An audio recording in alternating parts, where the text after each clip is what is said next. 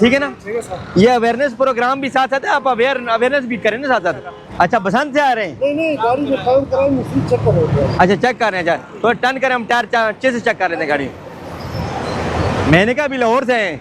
नहीं तो काम करा। अच्छा ड्राइव पे हैं। अच्छा अच्छा अच्छा अच्छा, तो आप मैकेनिक हजरात हैं? हाँ आप मैकेनिक हैं? ये भाई मैकेनिक गाड़ी। अच्छा तो फिर गाड़ी तो सही चेक करते होंगे, सही करते होंगे। ठीक है, जाए आपकी गाड़ी चेक होगी है, मेहरबानी शुक्रिया। हाँ जी, ये हमने पंजाब नंबर की एक और गाड़ी रोकी है।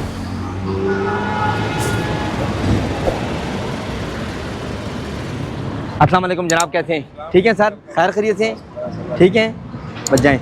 अगर ये टेंट है तो ये रिमूव कर दीजिएगा, ओरिजिनल है तो फिर रहने दीजिएगा। ठीक है ना। ये गाड़ी जापानी जो गाड़ियाँ आई हुई हैं उनके जो बैक डोर हैं, शीशे हैं, वो टेंट हैं। लोगों का ये होता है कि लोग कहते हैं जी आपने इनको छोड़ दिया, बड़ी गाड़ी को छोड़ दिया। ओ भाईजान, जिसके जेन्युइन शीशे हैं उनको मैं किस तरह तोड़ सकता हूँ? उनको मैं कुछ नहीं कर सकता।